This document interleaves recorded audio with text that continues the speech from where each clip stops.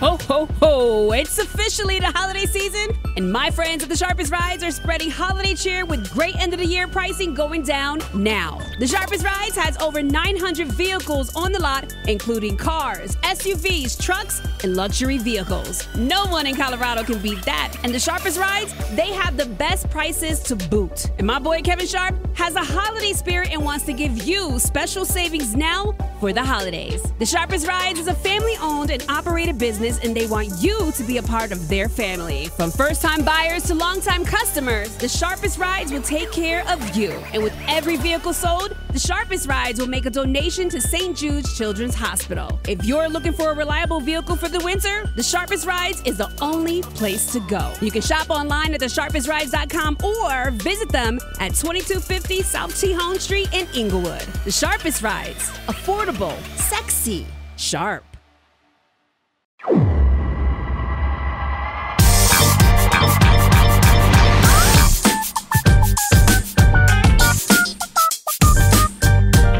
Welcome into the latest episode of the Show Before the Show podcast, the official podcast of minor league baseball. We got so much to talk about today. So much, in fact, that we're going to be recording this like over a span of separate timestamps during the day because of all the events that are occurring the baseball world over today. We're recording this on Wednesday, the 6th of December. It is Rule 5 draft day in baseball. So we'll be talking about the Rule 5 draft coming up here in a little while. It is also potentially Juan Soto trade deal day. And if we come back in a later segment and we start talking about the Juan Soto trade, then you will know that it had not happened when we started recording this. And then later it did. And that's how linear time works. My name is Tyler Ron. Sam Dykstra and Benjamin Hill are in New York City. Gents, what's going on? How are you? Good. Yeah, it's very much a holding pattern right now in my neck of the woods, just because, like you said, Tyler, we're recording this Wednesday around noon Eastern. In 2 hours is the Rule 5 draft. So I'm part of me is buzzing with anticipation. And again, we'll talk more about that later. We'll see who actually gets picked, and that'll either heighten my excitement for the Rule 5 draft or temper it a little bit. And the other part of me is trying to keep it in check. You look at who has been taken in the Rule 5 draft in recent years and who's getting returned, and it's not superstars anymore. Gone are the days of the Hamiltons, the Santanas, the Roberto Clementes getting taken in the Rule 5 draft.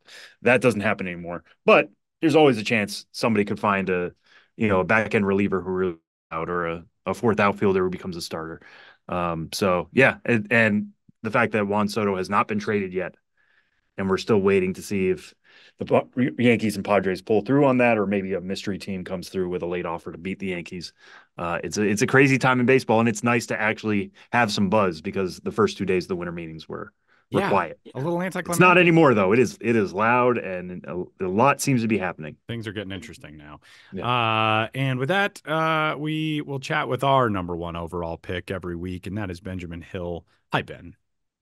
Hey, Tyler. Hey, Sam. Yeah, it's Sam is literally buzzing with anticipation. I'm sitting here next to him, and there's just like vibrations, like on like coffee cups and phones are rattling on the table. I mean, this guy gets excited for Rule 5. He was trying to act low key, but it's a very special time, the Rule 5 draft. I mean, no other sport does it, so I think that's kind of cool. Like, the whole point of it is to give guys opportunities that they're not getting at their current parent club. So it's like, it's a nice wrinkle. But I try to keep it in check every year. That's true. Yeah. I mean, as for me, yeah, we did the last week's episode on Thursday, and then I took Friday off. I had a college friend come in town. I saw the penultimate Kiss show ever on Friday night at Madison Square Garden. Then went right from that into my brother's wedding Saturday and all day Sunday. Got back from that Monday. And then Jill, my fiance, was sick yesterday. I had to do childcare. And so now I'm back in the office. It's just like, I feel like the last thing I almost did work-wise was the pod. And here we are again. But trying to get up to speed. Well, and we're jamming this into the schedule a day early because I'm leaving town tomorrow. And I plan on not thinking about work at all. Two things. Number one, every time I say, just like anyone else, I used to use the word penultimate before I met Ben Hill, but now every time I use it, I think of Ben And I use it every single college basketball broadcast because at the under 8-minute media timeout, I always say we've reached our penultimate media timeout. So Ben is in my head on a fairly regular basis. So that's, I don't know, probably bad news. It's for, if it wasn't me, you'd be like, oh, that's cool. It's somebody's thinking of me. And then it's like, what is this lunatic? But secondly, it's rare that I get like a handful of days away from the broadcasting schedule especially like in December, January, February. But the team that I work for will play a game tonight and then not again until next Wednesday. So the wife and I we're heading for a vacation, and that sounds delightful.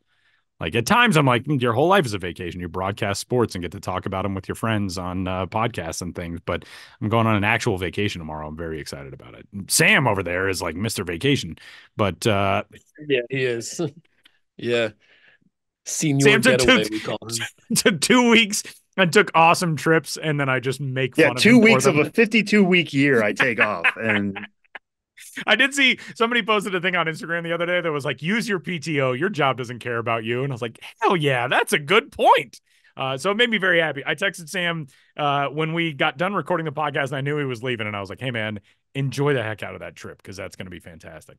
And so I'm going to circle back on this later and keep beating you over the head with it. So yeah, but you have to take this one nice thing.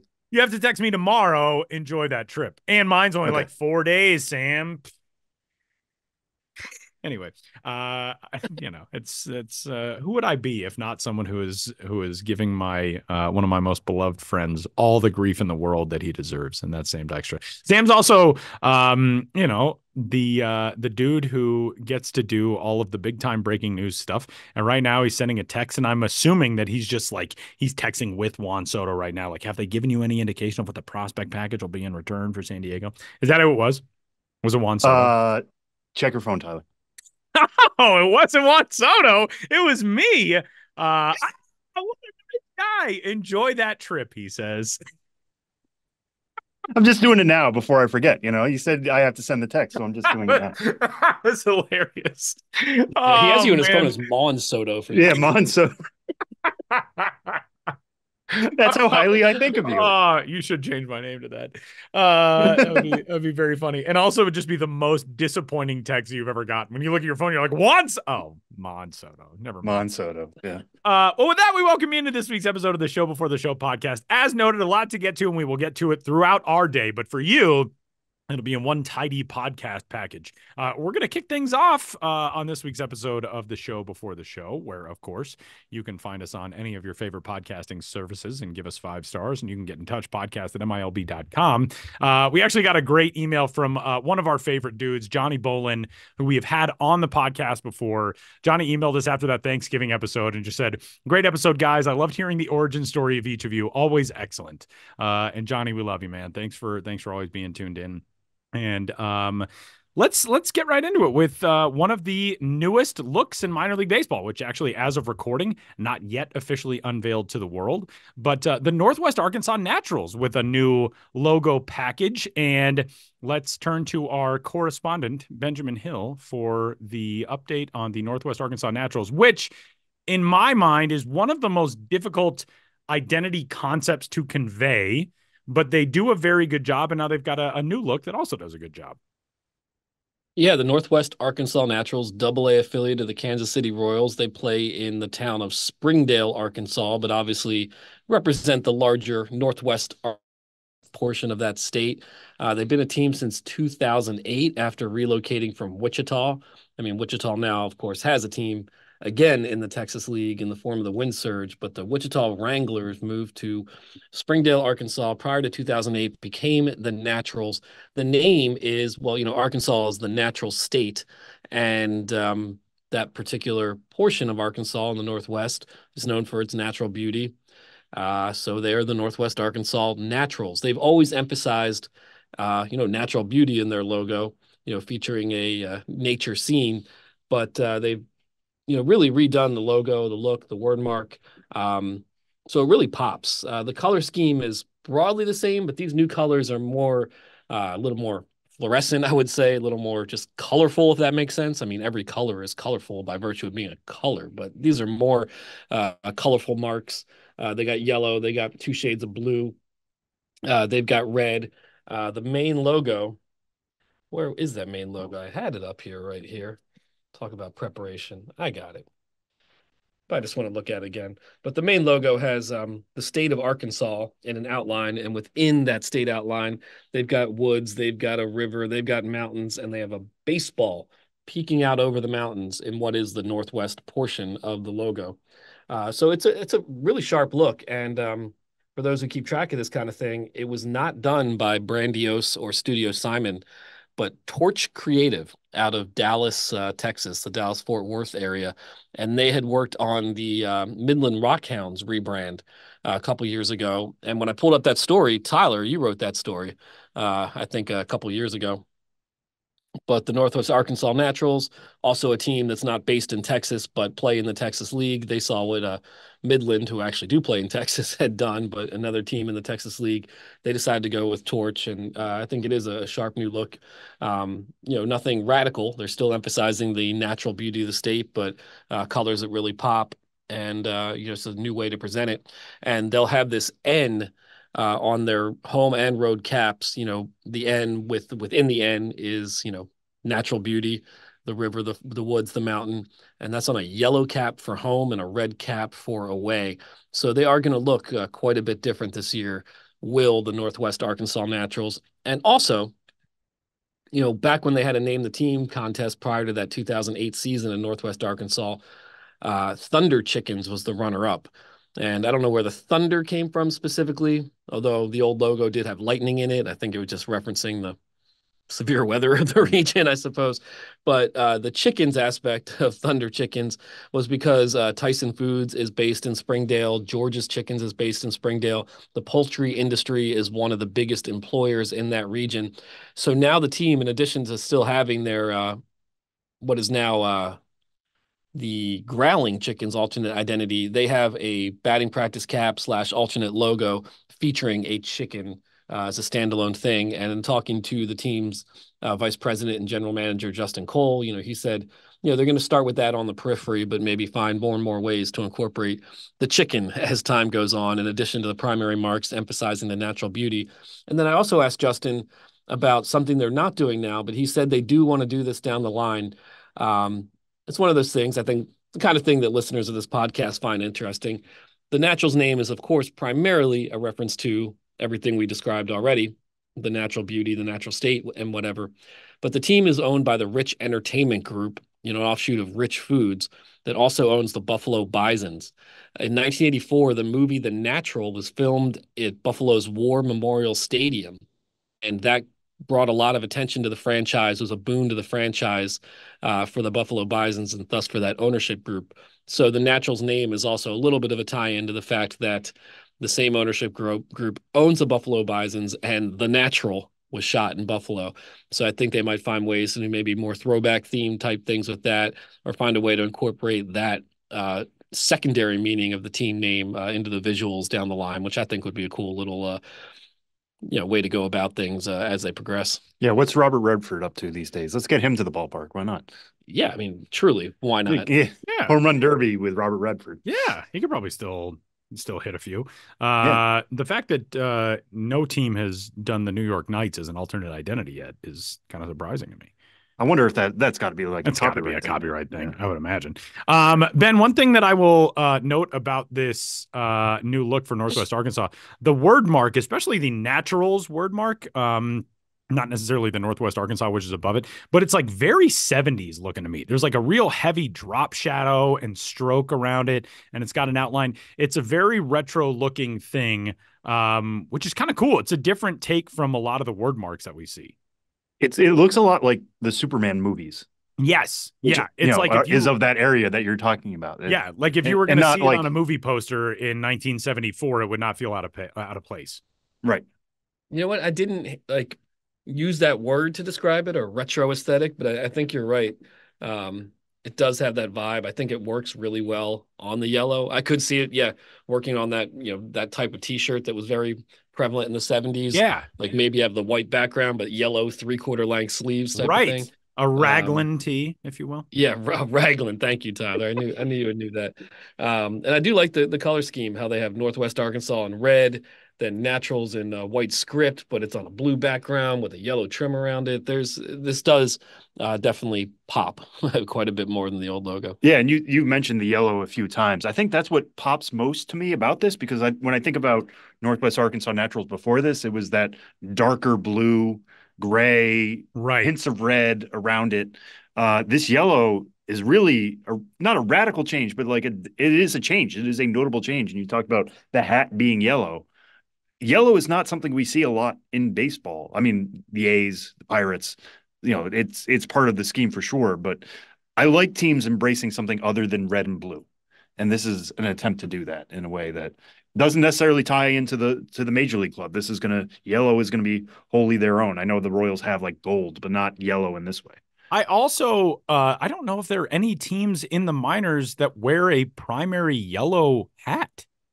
Ben, like I'm looking That's on a the good hat question. wall. The only Montgomery yellow hat has, I don't know if they have primary yellow that's hat, true. but they do They have do. yellow hats. The only yellow that's a hat good point. that I own is a Mexican League hat. So I don't know of any. Yeah, Montgomery's. I don't know if that's their primary home hat, but yeah, that's interesting. Yeah, with the actual yellow background, the Salt Lake sometimes incorporate that a little bit, but I guess that's yellow on a black background. But having True. the hat itself, the base color of the hat be yellow is definitely a rarity. That's why I have this Cañeros hat from Los Mochis in the Mexican Pacific League, and I got it like basically because it's a bright yellow hat, and it also has a bird swinging a sugar cane as a bat, which I found very cool. But I was like, wait, I don't see yellow hats a lot. There's not a lot of yellow hats in baseball, so I'm into that. I like somebody. I feel at this stage in the design world, more color is better. Because we have gone through this era where like everything's been muted down to like grays and blacks and whites and browns and all neutral things. I think especially when sports franchises grab a color and say like, no, that's our identity. I find that very cool. I'm glad that more teams are doing that. Yeah, and even the red is kind of a fuchsia-esque. Yeah, it's like a much brighter red. Red. Right. Yeah. It's more red than pink, but it has some pink elements to it. Yeah. Definitely a more vibrant, lighter shade of red. I'm with you. I also Sam made a very good point a little bit ago when he said like, embracing less just strictly red and blue, I think is a good thing. And it reminded me of when I did a story on the Asheville Tourists logo history, name history, all that kind of stuff. Someone with the Tourists told me that when they changed to the most recent color scheme, they got an angry letter from a fan who said that every baseball team's color should be red, white, and blue, because it's the American pastime. And I was like, how boring would that be if every team took the field in the exact same color scheme? I think that would be awful. Yeah. Again, I go back to the A's. What if the A's were what are you going to tell them? That's lame. It's one of the best uniforms in sports. Exactly. All right, Ben, what else you got? What else is coming up? What else is new, is popping? Yeah, as I said, not a ton, given the fact that I really haven't worked much between now and it's been busy, but I haven't done actual work much since we taped the last podcast. I did have the foresight last week to get my newsletter together. Thank goodness I did, because I would not have had time for that this week. But that will be the exciting conclusion of my 4-part series highlighting all the food items at all the stops along the way. Of course, I would include that stuff, throughout the season as I recap my ballpark visits, but not everything got included, or sometimes I wasn't able to go in the. So I've had 4 standalone food-based newsletters in the newsletter, the Ben's Biz Beat, as well as running separately on MILB.com. So this last one appearing on Thursday in your inbox, please subscribe to the Ben's Biz Beat, will focus on my very last trip of the season, which we've talked about, not that long ago, because it was only a couple months ago. It was in September, but where I hit Nashville, Bowling Green, Louisville, Indianapolis, and Columbus. And so we have a lot of great food items from those 5 locations, and that'll wrap up all the food-based coverage from this season. And I still might trickle out a few standalone road trip stories, because I just keep finding them. It's kind of like you find like coins in the cushion of your couch. I'm like, oh yeah, I can do this story too. And while the full scale, rebrands, new That's logos. such a good analogy. Before I let you, that's a very. When you said that, I smiled very large. I think I was That's a proud of great that because I analogy. didn't have it in my mind until I said it. Once in a while, the brain comes through. But I think we're about done now with the primary big rebrands. After we've already discussed Greensboro and Rome and now Northwest Arkansas. But of course, we'll see a lot of alternate marks. We'll see new alternate identities. I think the promo release season will kick into gear, not so much in December, but we'll start to see some things trickle out. I know we got some news from Louisville coming pretty soon. So we'll just keep rolling. There's always going to be something. And when we talk next week, I'll probably worked a more normal week, and who knows what will happen in between now and then. We'll be full to bursting per usual. Always. All right, Sam, it's interview time. Who are we hearing from? Yeah, this week, to number 14 Braves prospect David McCabe. McCabe was a fourth-round pick of the Braves in 2022. He played upwards of 120 games during this first full season for him between Single A and High A. He finished his season in the Arizona Fall League, so he already had a pretty full summer, then played in the AFL. I'm excited to talk to him now because I feel like I talked to so many guys during the AFL. They're in the thick of things. Now, few weeks removed, we're going to get him to reflect on that experience, reflect on his first full season and what it's like to be in the Braves system right now, given how much major league success is happening there at the top level. So here's me talking to David McCabe.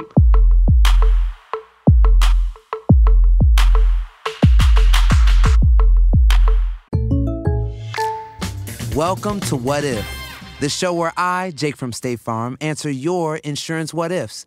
Today's caller is Gio. What's up? Hey, Jake, what if I'm shopping for a new policy, but there are so many options that I freeze up and just can't choose? It's okay. An agent can help you choose the right coverage. At State Farm, we're there for your what ifs. Oh, now what if I need help deciding on dinner?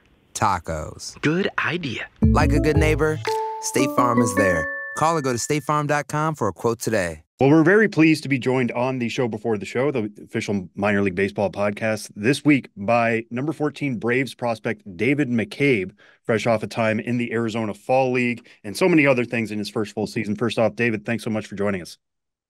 Yeah, thank you for having me. I appreciate it.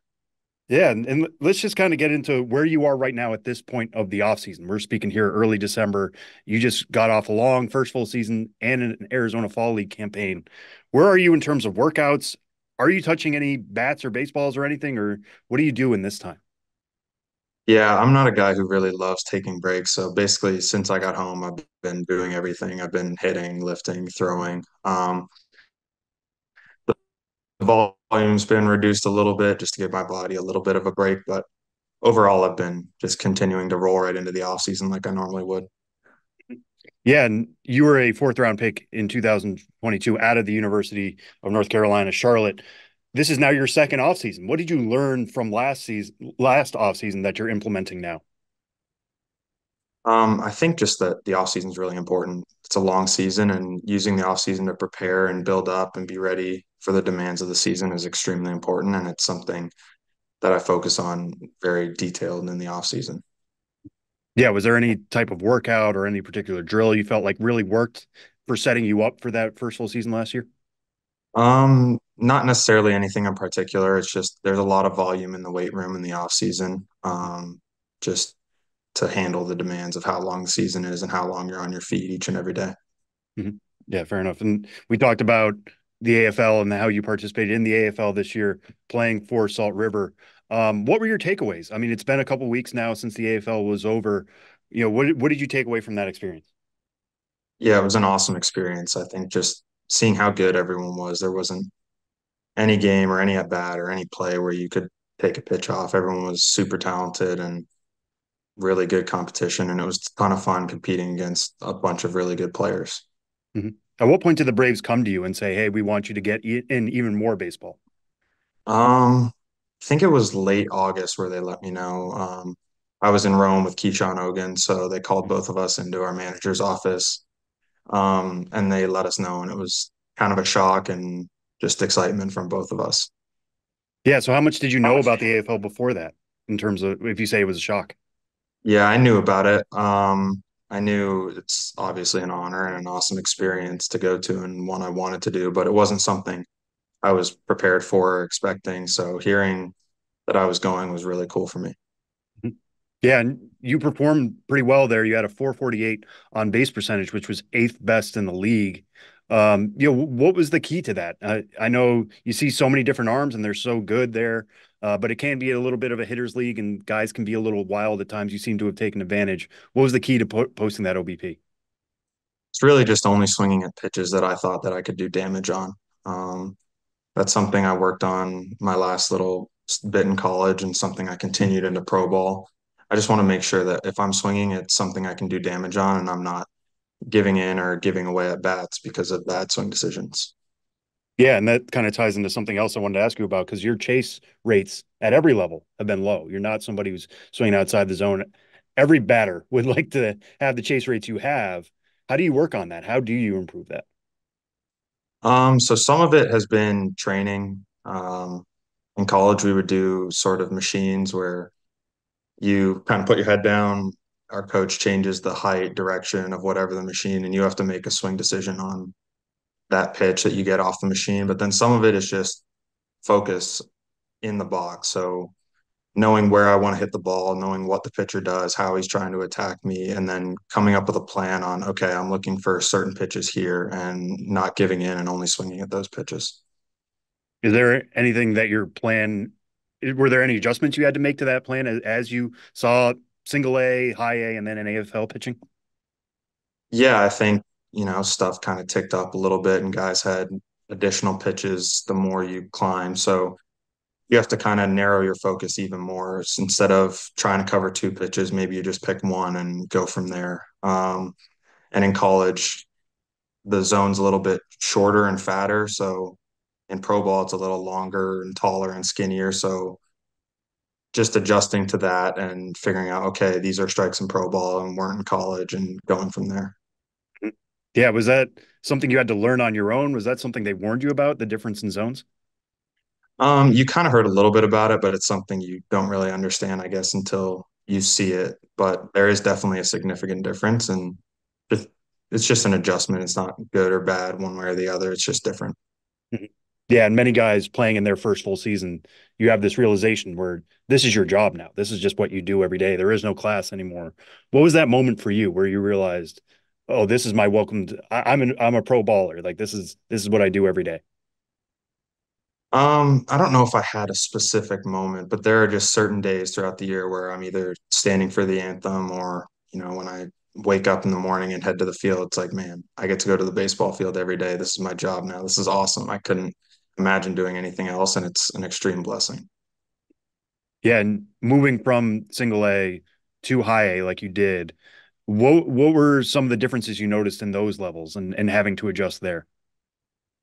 I think it's just everything's a little bit more consistent. Some guys maybe had an extra pitch or their stuff was just around the zone a little bit more.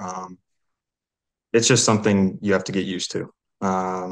Everyone's just a little bit better each and every step you climb. So just adjusting, getting used to it, and then going from there. Yeah, and between all three stops you had this year, who do you think was the most difficult pitcher to face? Uh, Emiliano Teodo Oh, from the yeah, Rangers. I yeah. faced him a bunch when he was in Hickory, and then I faced him again in the fall league. He was almost an entirely different pitcher in the fall league. He was kind of a ride guy during the year, and then became a sinker baller towards the end of the year. So he was tough, both versions of him. It was a tough AB for sure. Yeah, especially with that velo that he has. Was Yeah. it that first pitch that you realized, oh, this is not doing the same ride that it did in that league? Yeah, he threw me like a front hip two seamer in my AB against him in the fall league, and I'm like, where did that come from? And then yeah, it was a tough AB after that. Yeah, I think that's the glory of the minor leagues is that everybody's working on everything and nobody's the Yeah, same guy if you see him twice. yeah. One other thing that stood out to me about the fall league and your experience there was you started getting in more time at first base. I know you have played first base in your career. You played it at UNC Charlotte. But what was that discussion like where they said, hey, we want you to still get some time at third base. We like your arm there, but we want you to see the other corner too. Yeah, I think it was partially just because our fall league team didn't really have a first baseman. It was kind of a rotation over there. A bunch of us were just filling in, and it was something where I was like, yeah, I can play first base if it gets me in there 1 or 2 more days a week. So I started doing that, and yeah, just went from there. Like you said, I played there in college, so it wasn't a huge adjustment for me going over there. Or was that was more just from the rafters? It wasn't from the Braves, or did the Braves tell you that was coming? They didn't tell me that it was coming. They just said, yeah, if it gets you in, then great, go play some first base. Okay, fair enough. Yeah, and that ties into what I was going to ask next in terms of whether you are at third base or whether you are at first base. You are playing in an organization where there are two guys locked in at those positions between Austin Riley and Matt Olson. What is it like coming up through this system and seeing who's in the major leagues at those two positions? Yeah, it's awesome knowing that those two are up there and they're going to be there for a long time, and they've been great for a long time. So it's cool to watch. Like, even when you come back in the locker room after the games and the Braves game is on, just watching them go about their business and play the game. It's really fun to watch. As for me though, like how it affects me, it's not something you can really focus on. I'm just going about my business each and every day, trying to be the best player and person I can be, and whatever happens from there happens. And yeah.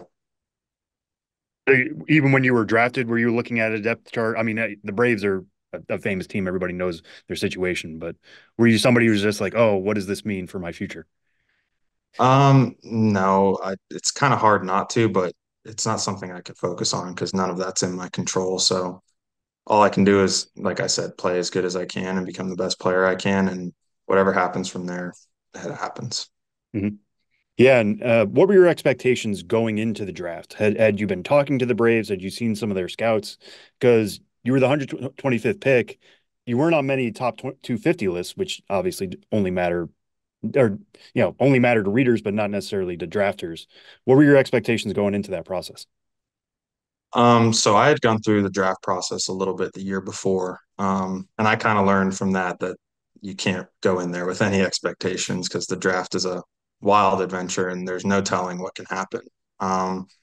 So I just went into it. I was with my family and my fiance, and I was just there waiting for a call. I didn't have any expectations. I didn't have any thoughts. I just was just trying to go with the flow. So what was the moment like when I'm assuming your agent called you and said, "Hey, Atlanta's looking at you in the fourth round"? Yeah, it was a really cool feeling. It was almost just like a relief. There's the draft day is pretty stressful, I think, for most guys. So being able to get that call on him saying, "Hey, they're going to take you here," it was just a huge relief, and it was awesome getting to celebrate it with my family and my fiance. Yeah, were you somebody who was constantly checking your phone? Were you like looking for distractions? How do you handle that? Yeah, I kind of just tried to stay away from it, especially the day before. On day one, I think I played golf just to get away from it and keep away from my phone. But Yeah. day two, I just woke up and tried going about my normal day. I trained in the morning, and then went and spent time with my family when the draft started. And you being a Canadian out of Ontario, I'm always fascinated with stories from uh, there's a lot of good baseball up in Canada, but getting recruited out of Canada. I remember talking to Edouard Julien about this. He went to Auburn, got recruited out of Quebec, just kind of got noticed in some of these tournaments. What was your story in terms of going to UNC Charlotte and getting noticed? Yeah, I had a difficult time, especially when I graduated. I had to take a gap year after high school because I didn't really have any offers, any significant offers after I graduated high school. So I took a gap year, just trained, played baseball, played with the Ontario Blue Jays, who my manager back then he was my pitching coach in Rome this year, Mike Steed, which was kind of a cool full circle moment. But that team goes on a trip every year where they go play a tour of colleges in the States on their way down to Jupiter for the WWBA in October or November, whenever it is. And one of our stops was Charlotte. I just happened to have a good game there. And it was just something that all kind of fell into place. Yeah. So when you had the Rome pitching coach, at what point did you guys acknowledge like your history together? Did he play a role in getting you to the Braves? I mean, that's fascinating that you guys hooked up again.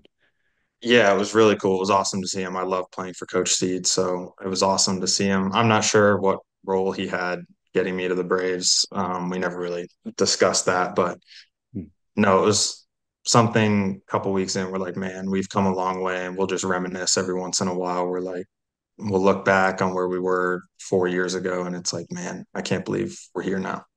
Yeah. And when you take a gap year like that, and did every game feel like a showcase game? I mean, what was the pressure like?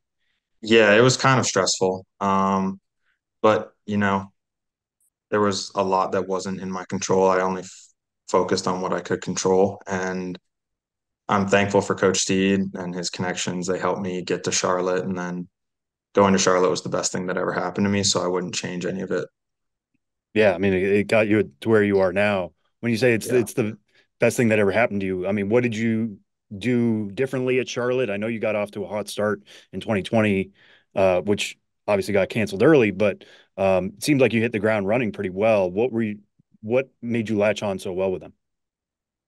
I think just the coaching staff, they are extremely dedicated and they care about us a lot and they care about making sure that we improve as baseball players. They invest a ton of time, energy, and resources into us. If you look at our cage, it's just a bunch of toys, anything you can imagine to help you become a better baseball player. So being able to go there and player development focus that they have, it helped me a ton and got me to where I am today. At what point was the draft on your radar? I know you said you were considering it the year before, or you thought you knew you were eligible, but at what point in your life even did you think, hey, this is going to be a career for me? It was always a dream of mine to play. I think towards the end of my sophomore year, it became more of a reality, like, hey, maybe this might happen. But really, the day I got drafted and the day I got that call was when I was like, okay, yeah, I can actually do this, and I can't wait to do this. Yeah, how has the experience of being a pro baller compared to what your expectations were? I think it's kind of what I expected. It's awesome. There's a ton of freedom, ton of free time, especially in the mornings during the season. But it's fun. I mean, I get to play baseball every day. You can't compete with that. It's the best job in the world. Yeah, for sure. And one of my favorite things to ask guys who this is pertinent to is how did you become a switch hitter? Like, how did that develop? At what age did you start hitting from both sides? So, from what I don't remember this because I was really young, but from what my dad said, basically the first time I ever started hitting, he got me like a plastic bat and some wiffle balls from Walmart. We were hitting in my front yard, and I just said, I'm going to switch around and hit from the other side now. And I did it, and then it kind of stuck. I had some growing pains growing up, but as I was growing older and coaches around me, they were like, hey, this is a valuable tool. Like, it's something you should keep doing. So I just have been doing it since I started hitting pretty much since I was 4 or 5 years old. Yeah, and for people who can't switch hit or don't switch hit, what is the experience like having to hit from both sides, work out from both sides? Does it feel like you're doing twice the work? Does it depend on the starting pitcher that day? I mean, how do you split that up? Yeah, growing up, it felt like it was twice the work. Like I was always trying to balance getting enough reps on each side. Pro ball's been a little different. It's a lot more difficult right-handed just because I don't see a ton of lefties all the time. So it's trying to find a way to simulate game at bats right-handed on days when or weeks when I'm not going to face a lefty and trying to stay fresh and locked in from the right side. But pregame, usually it's pitcher dependent. I'll do more work from the side that I'm going to hit most in that game. But then, like I said, there will be days where I'll do a bunch of right-handed focus just to be able to stay ready in case I do see a lefty. Gotcha. All right, David, we'll wrap up with this. I swear I'm not asking this just because you're Canadian. I did this because I looked it up on your UNC Charlotte page, and it says, and I quote here, loves to play pond hockey, which makes sense. I mean, anybody who's ever grown up, I grew up in New England. Pond hockey is a lot of fun to play. What was your position? I played forward the first few years I played hockey, and then defense my last couple years. I stopped playing around 13 or 14. But yeah, I played both growing up. Fair enough. And what about hockey do you carry into your baseball game? I don't know if there's too much that I carry into my baseball game. I haven't played hockey in probably 10 years or so, so it's been a I'm while. sure the Braves are happy about that, by the way. Yeah, it's probably for the best, but yeah, it was fun while it lasted and while I was playing, but I definitely enjoy playing baseball way more, and the warm weather is a lot more fun than the cold rinks. Yeah, no, fair enough. And as a switch hitter, what was your shooting hand? I was a right-handed. I do everything right-handed. Golf righty, play hockey righty. Everything's right-handed except for playing baseball, where I do Okay. both. All right. Well, you had the backhand in your back pocket if you ever needed Yeah. something going into Yeah. the slot. All right. Well, David McCabe, thank you so much for joining us this week on the show before the show. Best of luck with everything moving forward with the Braves and the rest of the offseason as you go into your second full season. We'll be watching for sure. Thanks so much for doing this. Thank you for having me.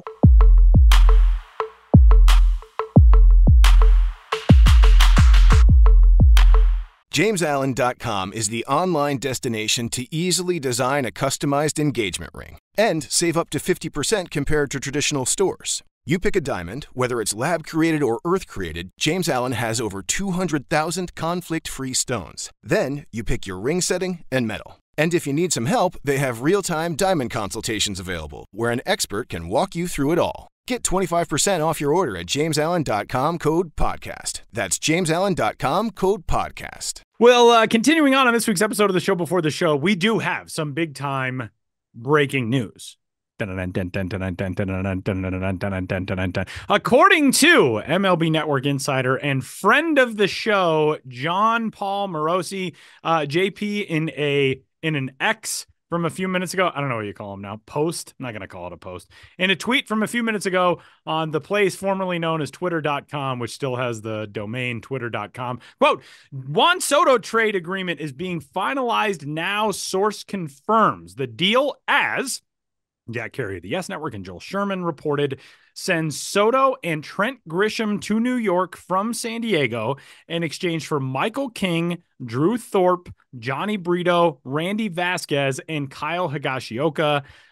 This obviously is a monster deal, and it involves one of the best players in baseball, although a guy who really we didn't talk about or hear about a lot last year, except in the context of like what's going on with the Padres.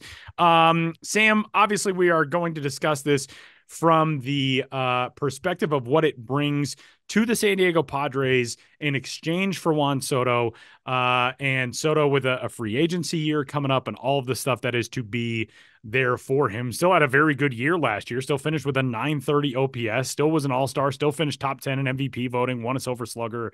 And perhaps the wildest thing about Juan Soto, he is he's 25. Juan Soto is 25 years old and will not turn 26 until May 20th of next year.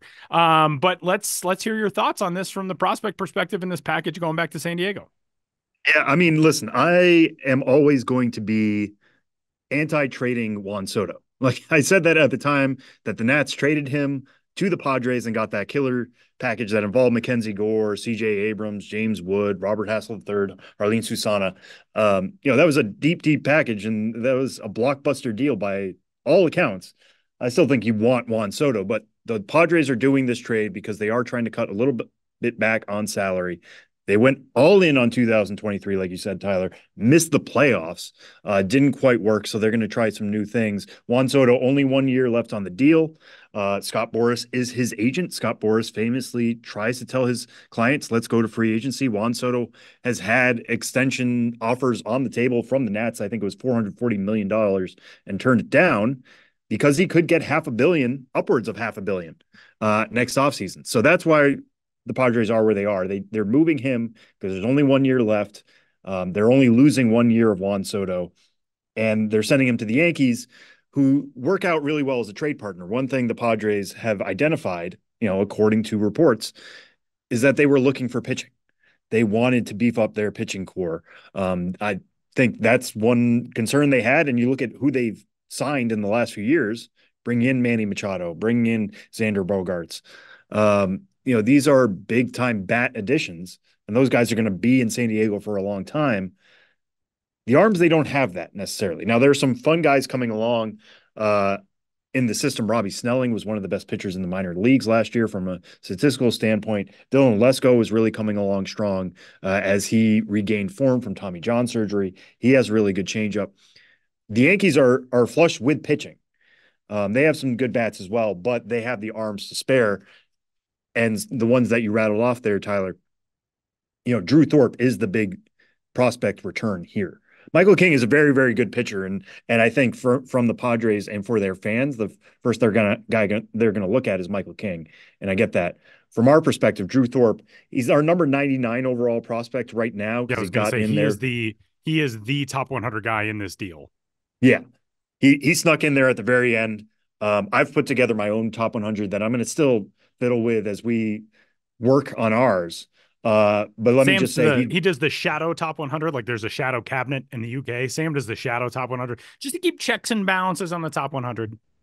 No, I do this because this is how we do our process, right? Right. I submit my top 100, Jonathan Mayo, Jim Callis, they submit theirs, and we all mix it together. Anyways, Drew Thorpe, I have jumping at least 30 places, if not more. I haven't looked at it before this, but he's going to make a significant jump. That changeup is deadly that he has. That's what made him so effective in 2023. He was actually our pitching prospect of the year. He pitched at high A and double A, finished with a 2.52 ERA, struck out 182 batters in 193rd and 1/3 innings. So he was durable. He was effective from beginning to end. He was even better at double A than he was at high A. Struck out 44 batters in 30 1/3 innings, had a 1.48 ERA in 5 starts with the Somerset Patriots. The stuff is really good. That changeup is deadly. It's going to help him get lefties out and righties out. The fastball and slider can be above average pitches, and he throws strikes.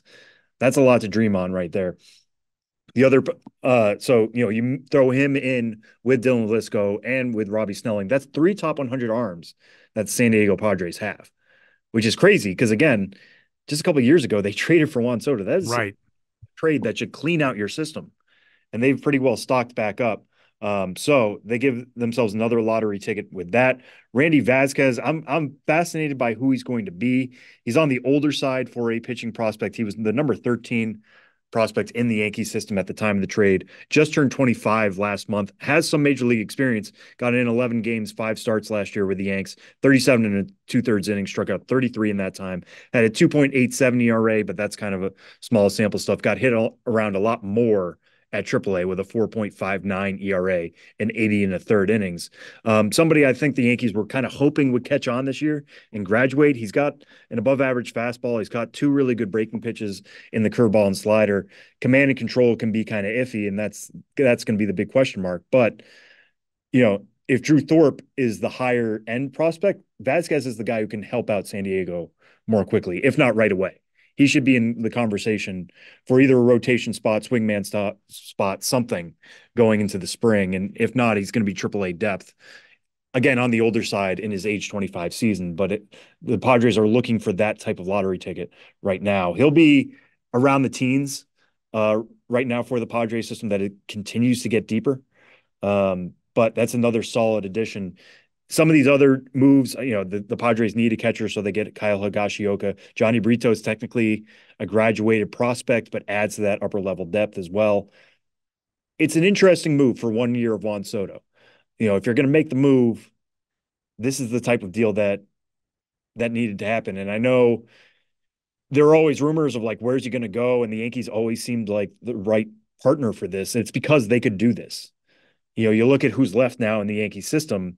At the top of that system, it's Chase Hampton, who's a really good prospect in his own right and might have better pure stuff than Drew Thorpe. He's just not quite as effective throwing it. Spencer Jones, Jason Dominguez, those guys are still there. They're top 2 prospects. Austin Wells is still around. Roderick Arias, who's played in the DSL so far, but could be a top 100 prospect before long if his stuff kind of takes off. He's also been stateside. He was stateside last year, but if the results take off in full season ball in 2024, we could see him enter the top 100. The Yankees system is still dynamic and interesting. But hey, the Yankees are making big swings again. They kind of need to do that. They can't just be treading water. And putting Juan Soto and Aaron Judge in the same outfield and Alex Verdugo, who they acquired from the Red Sox earlier this week. It's a better outfield than it was. That's for sure. And the ceiling is quite high, maybe not defensively, but the Yankees are a bit more interesting. Now, how do they follow up? We'll have to see. But it's a good old fashioned winter meetings blockbuster is what it is. Finally, some good old fashioned winter meetings excitement. And it was not the only move made by the San Diego Padres today. They are wheeling and dealing, and they made a selection in the Major League phase of the Rule 5 draft as well. And that, folks, is what we call a segue as we go from talking about Juan Soto and that prospect package to the Rule 5 draft, which was today, as noted. We're recording this on Wednesday the 6th. Teams all taking part in the Rule 5 draft, which, of course, is dictated by Major League standings in reverse order.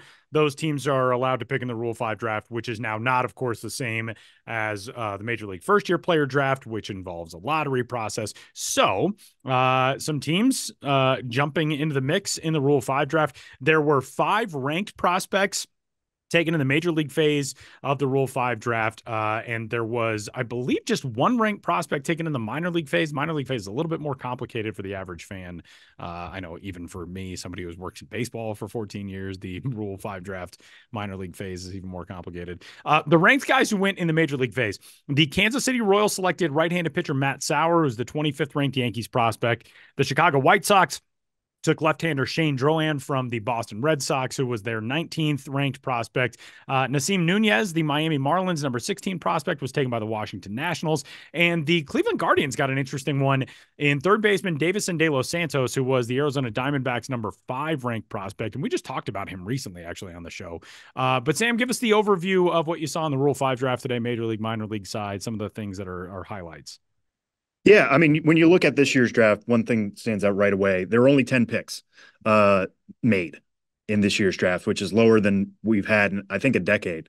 And I think that's part of what we were talking about before, Tyler, at the open of the show, is that, yes, this is a good way to get these guys opportunities in the major leagues that they are not getting with their current farm clubs. And for those who don't understand the Rule 5 draft, essentially players accumulate a certain amount of service time in their professional baseball careers, and then they either have to be protected by being added to the 40-man roster, or they are available to be selected by other franchises in the Rule 5 draft.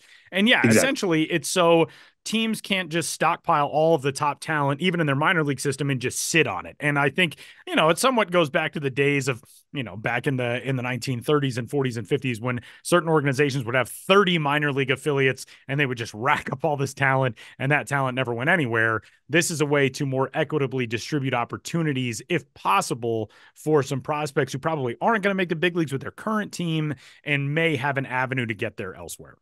Yeah, totally. And I'm very in favor of that. I'm excited for players being like, hey, you have to be in the major leagues. That's why you're coming to spring training. It's not like, oh, it might be, if you're sticking with us, it's because you have to be in the majors, or else you get returned to your original team. So when you look at this, the success rate of the Rule 5 draft in the last few years, it hasn't been a lot of everyday guys. It's periphery players, it's bench players, it's bullpen arms, it's middle relievers, not necessarily closers. So I think that's why teams were more reticent to make a pick this year. That being said, Davison De Los Santos is a big swing for Cleveland. And I love that, because what is defined the Cleveland Guardians offense the last few years, maybe outside Jose Ramirez, is a lack of power. This is not an organization that's really developed power hitting types really well. And Davison De Los Santos is pure power. I think we have a 65 grade on his power right now. When you look at what he is as a raw, it's probably 8 raw. It's 80 raw. It's top of the scale. The guy hits the ball really hard and really far when he makes contact. He really struggled, as we talked about last time, Tyler, early on in the season with AA Amarillo. They sent him back to the complex to work on his swing. He came back in the second half last year and was really, really good. Like, was looking back to his being his regular self. He was slugging above 500. He was hitting above 300. He was super aggressive, was not walking much. And I think a lot of that was like trying to make up for lost time. Like, if you're a power hitter, you're not going to get your reputation back by taking walks. So that's going to be a big question mark at the major league level. The other thing for me is, where is he going to play defensively? Because the Guardians also got Kyle Manzardo last season in a trade with the Rays. And coming off the fall league, in which Kyle Manzardo looked great. He dealt with a shoulder injury during the season, but looked healthy and very productive in the AFL. I want Kyle Manzardo to be their first baseman, or at least be considered for that. Davison De Los Santos listed as a third baseman, some major defensive question marks, probably going to be a first baseman long term. I don't think he's going in to necessarily compete with Kyle Manzardo because he's been at AA. Manzardo's played AAA, but he's not going to knock Ramirez off third. Maybe you bring him in as a guy who could play either position, primarily DH. I know they have like Josh Naylor, who could also DH and also play some first base. This just gives Cleveland more options to provide that power that they've been lacking. And that's what I love. This is not a move just designed for the periphery of the roster, although that's what it might be initially. Davison De Los Santos has the power to be an everyday guy. And if they can have the patience, have the roster space to keep him around, that's going to be fascinating. And I love that pick. Just taking that swing. Hey, they have one open spot on their 40-man. Use it for this for now. They may decide in 2 weeks, hey, you know what? We went out and signed somebody better. We're going to return you. We tried. But this is your one opportunity to try. You can't like go back and make a Rule 5 pick. So I love that swing from the Cleveland Guardians in this. One other guy I'm interested in here real quick is the Nationals pick, Nasim Nunez, who you mentioned, Tyler, was the Marlins number 16 prospect. Really, really good defender at both short and second base. He was actually one of our finalists for Defender of the Year for the Milb Awards. But real question on the impact of the bat. It's 20 power. You look at Davison De Los Santos, talked about it being 80 raw. It's 20 raw, maybe, for Nasim Nunez. I don't think the bat's going to play right away in the majors, but if you're the Nationals and you're in this phase where you're sort of kind of rebuilding, you take a potential superstar defender who is a really good runner as well, use him as a bench infielder, somebody you can use at short, somebody you can use at second, see if he sticks, see if you can get something out of the bat. So that's really interesting. And, you know, so many of these picks, you go down the list: Mitch Spence, Matt Sauer, Anthony Molina, Shane Drohan, who you mentioned, Ryan Fernandez, Justin Slayton, Stephen Kolek, Carson Coleman. A lot of these guys are just relief options, or in some of the cases, like a Shane Drohan, you look at it like maybe you're a potential number 5 starter. But a lot of these guys are sinker slider types who could move to the major leagues right away, but there's still enough in their game that they didn't get that major league shot just yet. If there's an arm that I'm really interested to see if he's going to stick, it's Ryan Fernandez with the Cardinals. The fastball plays in the upper 90s. It's just super hittable. Doesn't have a great shape. He has a slider and a cutter. Both of those are potential plus pitches. He throws strikes. Enough is there for him to be a major leaguer, but he got hit pretty hard in AAA last year. So hopefully the Cardinals can squeeze something out of him. But that's just how the Rule 5 works. It's a lot of rolls of the dice and hoping you can get something out of here. But usually at best, it's a handful of middle relievers and bench bats. And if you want a complete rundown of the pick-by-pick choices in the Rule 5 draft, you can find those at MLB.com. Jonathan Mayo on that story. And there's already a tweet saying, no, the Yankees and Padres don't have a deal done. So who knows what this is going to sound like by tomorrow. But we're going to step aside. Josh Jackson swings by for Ghost of the Minors, and then we're back to wrap it up next.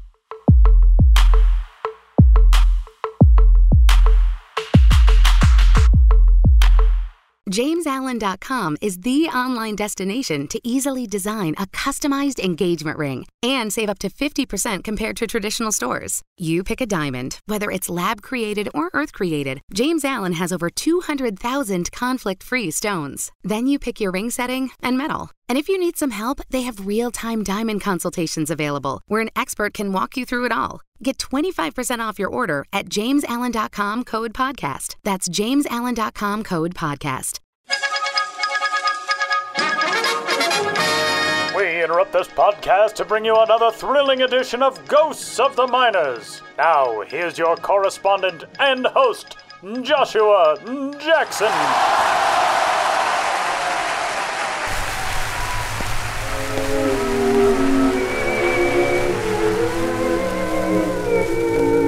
Welcome back to Ghosts of the Minors, in which all of you out there in Radioland must identify the legitimate historical ball club or player hiding amidst the fraudulent pair. One has a place in sporting history.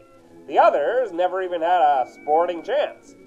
In the last segment, I asked you which of the following minor league baseball teams did at one time exist. A, the Ventura Scrubbers. B, the Naples Napkin Makers. C, the Troy Washerwomen. You've cleaned up nicely if you picked C, the Troy Washerwomen, who weren't afraid to get dirty across 2 minor leagues in the 1890s and in 1900. Suiting up as representatives of the seat of New York's Rensselaer County, that's about 5 miles northeast of Albany along the Hudson River, the Washerwomen played in the old Eastern League and in the old New York State League. If you wear a lot of detachable shirt collars, you have Troy to thank. There are competing legends over who invented the detachable collar, but both put the sartorial revolution in Troy in the 1820s, with either Hannah Montague coming up with the idea as a partial solution to her blacksmith husband's everlasting dirty shirt problem, or with a local store owner and retired preacher by the name of Ebenezer Brown delivering the innovation. Hannah Montague, Ebenezer Brown, it all comes out in the wash. Over the next decades, Troy stitched itself into a major player in the textile manufacturing industry, and minor league ball followed suit in the Burgh, going big in the 1870s. Of course, it's impossible to iron out the details of how most minor league teams took their names in the 19th century, but in the mid-1890s, with Troy producing about 9 out of every 10 shirt collars worn in America, the club that was typically referred to as the Trojans began to wear the nickname of the Washerwomen. But at the end of July of 1894, Troy's Washerwomen had an attendance problem and hung the Eastern League out to dry by disbanding mid-season. After an emergency meeting of circuit officials at New York City's Broadway Hotel, the franchise was awarded to Scranton. But Troy's reputation as a baseball town suffered no permanent stain. The Washerwomen were back in action in the middle of '99. It was a bit of a cycle for the Washerwomen. They'd faded out of one circuit mid-season 5 years earlier, and here they were with a clean start in the New York State League when the Auburn Prisoners were released from the loop and replaced with Troy on August 1st. But the Washerwomen were in turn prisoners to the same roster Auburn had, and the club failed to sew up a better record than 43-69, filthier than any team in the league save the Schenectady Electricians. The new century was filled with the same soiled linen for the Washerwomen, who went 48-66 to once more finish second to last. In '01, everything old was new again. The Troy Trojans sieged the hearts of local fans, and the Washerwomen moniker became scarce and forgotten as a lost sock. And that's how the Washerwomen were washed up. Now, on to the question for next time. Which of these players shouted it out in the minors of yesteryear? A. Franklin Haulers. B. Clarence Hoots. C. Ovid Shrieks. Want to know the answer? Scream! Or tune in to the next Ghost of the Miners. But for now, you'll have to excuse me. My producer Ben Hill is building a snowman, and I've got to hide my carrots.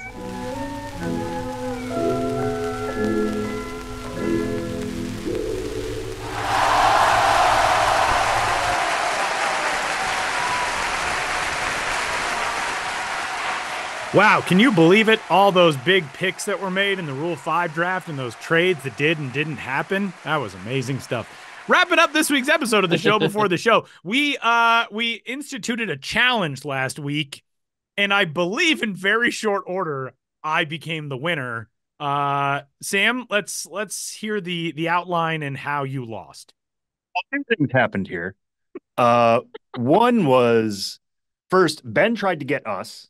He did, but he tacitly admitted also by trying to get us that he had lost already, right? Well, he had already lost, so he was trying to rope us into his scheme. Right. Yeah, so this sabotaging. Yeah, we haven't said what the challenge was. For those who didn't listen last week. First off, what's wrong with you? For those who didn't listen last week. Go back and listen to what last week. What were you doing that was better than this? Yeah. So there is a thing called Whamageddon, in which you listen to the Wham. You try to hold off on listening to the Wham song Last Christmas for as long as you can after December 1st. So last week was our first episode of December. We issued the challenge. Who's going to make it the longest? Literally like that night, I think we got the text from Ben that he had heard the song played by a pedicab in New York City, which I said had happened to me too, right. But the contest hadn't started yet. So they're constant threats, these pedicabs, just playing Christmas tunes all around the city, trying to make us joyful and happy. You could be sabotaged at any time. Yeah. This was on Friday, so it's the day after we talked about this on the podcast. The next night, I was pretty close to Madison Square Garden, on my way to the penultimate Kiss show, and a pedicab came by, blasting Last Christmas, and I was like, well, there you go, there you have it. So I pulled out my phone, shot like a 5 or 6 second video. Sam and Tyler don't like to, get texts from me or acknowledge my text, so Sam just went ahead and said, I'm not opening this. And he had a good excuse because he thought it might be the Christmas challenge. Then Tyler, who didn't want to open my text and wasn't planning on it either, was like, oh, yeah, good point. That's true. I just felt you guys had a good cover story for not engaging with my text, which might have been really important. But no, it was just totally ignored. So what's funny? I will admit I'm the worst person in the world at, like, if I open a text while I'm doing something else. I think I was broadcasting a game maybe when the text came in or something, and I saw it and I was like, oh, I gotta watch whatever this is, and then I set my phone down, completely forgot about it, which that's one of the worst times to text me. The other worst time is if you text me something and I see it when I wake up, I am never responding to your text. I will never remember until I've had 18 gallons of coffee. I don't remember anything that happened from the time I woke up until I am conscious, which is like several hours later. Those are the 2 times, but I totally spaced it. And then Sam responded and said, like, oh yeah, I'm not going to watch this. And I was like, oh yeah, that's a good point. Cause I totally would have watched it. And then I would have. And I actually wasn't, I like to be devious when it calls for it, but I wasn't even trying to like get you guys out with a video, which I guess maybe that would have been the case. I was more just saying, can you believe this happened? Yeah. Look, this happened so quick. Like immediately. Yeah, I don't know the rules if like you're out because someone sends you a video of the fact that they're out. I don't know. We got to check the bylaws. So it's funny that happened, and then the next day I was out. I was over somebody's house, and they were playing Christmas music, and they had promised me that it had been skipped or it was like eliminated from the playlist, and it wasn't. So I like yelped when it came out, and she was like, "Oh, I'm so sorry," and like I thought it was whatever. So it happened. It's over. It's almost a relief at that point. But I got a text from my friend Tom and his son Grayson. And unlike Ben, like, I see Ben's text. It's a pedicab. I can see what's happening. I can predict what's happening. This is like my friend Tom's being like, "Oh, hey, Grayson wanted to send you a Christmas message." I'm like, "That's super nice." I open the message from Grayson, who's, only a few years old. And he says, "Sorry, Sam, you're out." And then they pan to the speaker in the corner. And they had been blasting the music because they listened to the podcast. Your friend Tom is awesome. Yeah. That's terrific. And I was like, I texted him all these things. I'm like, no, Grace. You don't listen to your father's schemes. You also have way better friends than I do. None of my friends have ever listened to a podcast that I'm on, and I really don't blame him. He did say he had a lot of yard work to do, and that was his excuse. But, we're grateful to have you, Tom and Grayson. We're listeners of all ages. But just don't try to pull this with us. That is good job. Good job getting Sam. We all want to get one over on Sam Dykstra. It's tough to do. You got to get a pretty early. Bring in your child way early in the morning. Yeah, roping in your kid to get Sam is next level, and I admire it. I admire the hustle in that. That's very cool. I still have not heard it. I'm sure I'll hear it later today. Now that I've said that, I've jinxed myself into hearing that atrocious band. Can you imagine, like, I'm a good person. I wanted to send you the video that Tom sent me and be like, "Oh, we have a young listener." What a guy. Now I know I can't watch any videos that either of you send me or anyone else who listens to this podcast, at least through Christmas. Sorry, everyone. I got to be on guard against everyone now. Yep. So those texts that Tyler wasn't going to respond to anyway. I'm doubly not responding to him. That's perfect. My wife is in the next room. She's probably going to she'll surreptitiously now send me like, "Oh, look at the dogs. They're being so cute." She should just put it on in the background right now. I know, she really should. I'm very glad that she's on a call. Or is she? She's just deviously made. I'm going to walk out of this room. There's going to be like a poster of George Michael. I'm just going to play that garbage song. That's wham indeed, Anyway, how about all that baseball news? We'll get a chance to talk more in detail about it next week on the Show Before the Show podcast. Next week, we'll be back to normal schedule-ish. I'm going to be doing a college basketball game at BYU next Wednesday and then coming home on Thursday. So we'll get this to you, Friday, normal time. And we'll have more baseball stuff to talk about. Will Shohei Ohtani be a Blue Jay by then? Maybe. Or a Dodger or something else. Man, if he signs before the end of this podcast, we're really screwed now. I timestamped it with the fact that he's still a free agent. That's a major league signing. We don't have to worry. Yeah, we don't have to talk about that. That's, whatever. Just because he's the coolest dude on the planet. No, dude never played in minor league baseball. Yeah. You're Take that, Shohei. This is the only baseball outlet on the planet that's not talking about you. Take that. Yeah. All right, for Benjamin Hill and Sam Dykstra, the Wham inclusive holiday celebrating dudes in New York City. My name is Wham Free Tyler Mon, and we will catch you next week.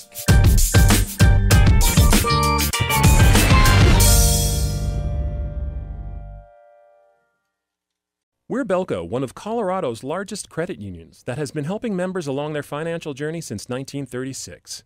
As a not-for-profit financial cooperative, we return profits back to our members in the form of higher yields on deposits, lower rates on loans, fewer fees, free ATMs, and exceptional member service. Join us today to experience the credit union difference for yourself. Learn more at belco.org or drop by any Belco branch to get started. Federally insured by NCUA. Belco, banking for everyone. Go. Banking for everyone. Go. Banking for everyone. Go. Banking for everyone. Go. Banking for everyone. Go.